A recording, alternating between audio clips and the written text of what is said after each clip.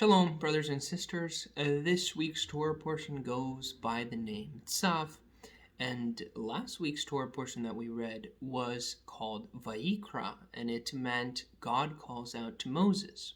And that's important because in this Torah portion we see how Moses is going to be calling out or commanding Israel and the people of Israel. And so last Torah portion in Vayikra, we read about the 3 sacrifices. And so in this Torah portion, they're going to be going into a little more depth on the sacrifices and what to do.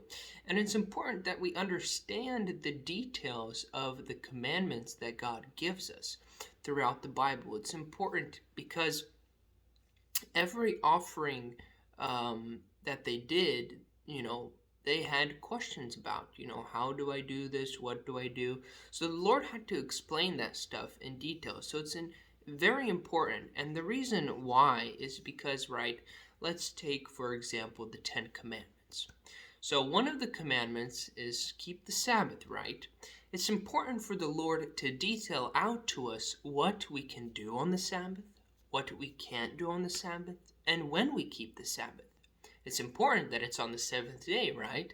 Not the first day of the week or not the 6th day of the week. So we have other cultures that will mess with those things. They will have it on the 6th, or they will have it on the 1st, or they will say, okay, we could do this on Shabbat, or no, we can't do this on Shabbat, when it's clear that God told us in detail how to keep this commandment.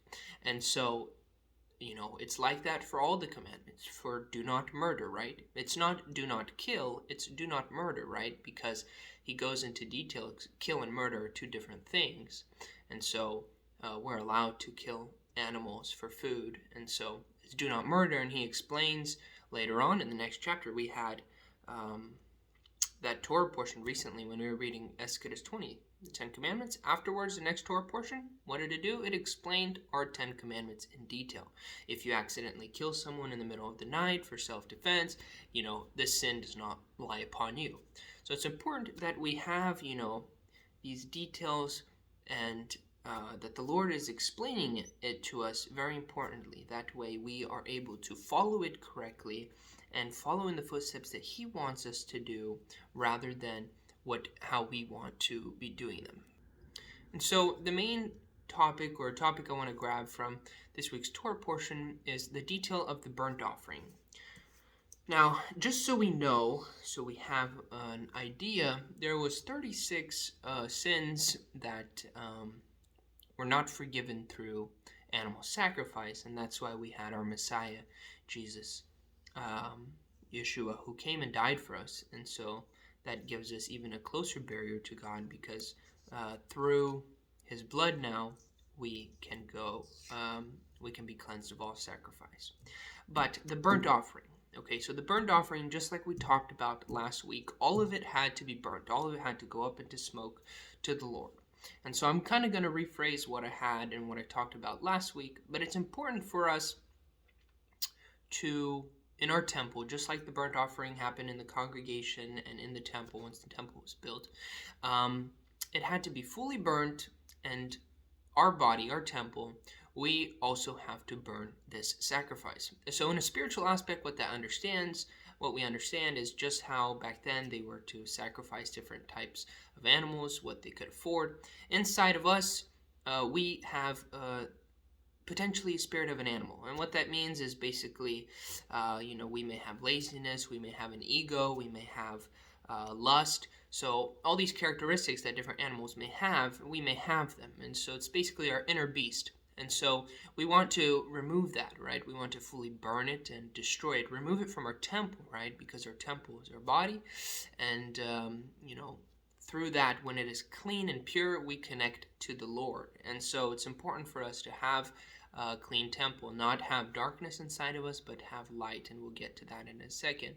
But so we have to burn that inner beast inside of us. And it's just something to understand from a spiritual aspect that, sin separates us from God. And when you have characteristics of different animals like this, so if you had an ego like a bull, or if you We're constantly getting lost, like a sheep, right? So these characteristics, they lead us away from God. They lead us into sin, right? Because when you're lazy, when you have an ego, when you're stuck in this world, those are characteristics and personality traits that you don't want, because those will lead to you falling into the ways of this world. And so the last thing that I was saying is to have a clean and pure temple, right? To have a fire constantly burning for the Lord. And so we see that the wave offering that talked about in the end of this Torah portion, the priests were in 7 days and they constantly had to keep the fire going. And understanding that from a spiritual aspect, we understand how inside of our temple, we always have to keep a fire burning, a fire for the Lord. Now that's fire for love for the Lord. That's a fire for spreading, God's word. So having a fire inside of you is being pure, connected to the Lord, and having a love for the Lord. Because when you're connected to Him and you have a relationship for Him, you truly love Him, and you follow what He asks you to do in detail throughout His word that He explains to us. And we also continue to spread the word, right? That's showing God's love. And we try our best to live purely just like our Messiah lived here on earth. And we have the ability to do so because even though we do stumble, we have His Son, and through His blood we are cleansed, and we could get back up and continue living upon the correct path. And so always have a fire inside of you burning for the Lord. Always be connected to the Lord. Remove that inner beast that you may have inside of you, those characteristics of, worldly traits. We want to remove that. And we want to understand that when we're keeping God's laws, we have to do them to the very detail. That's why God explains to us exactly what to do and what not to do, when to do it. And so that's why we follow the Torah, word to word, each holiday, each holy day, each commandment. Thank you, everyone. That's what I have on this week's Torah portion. Tzaf.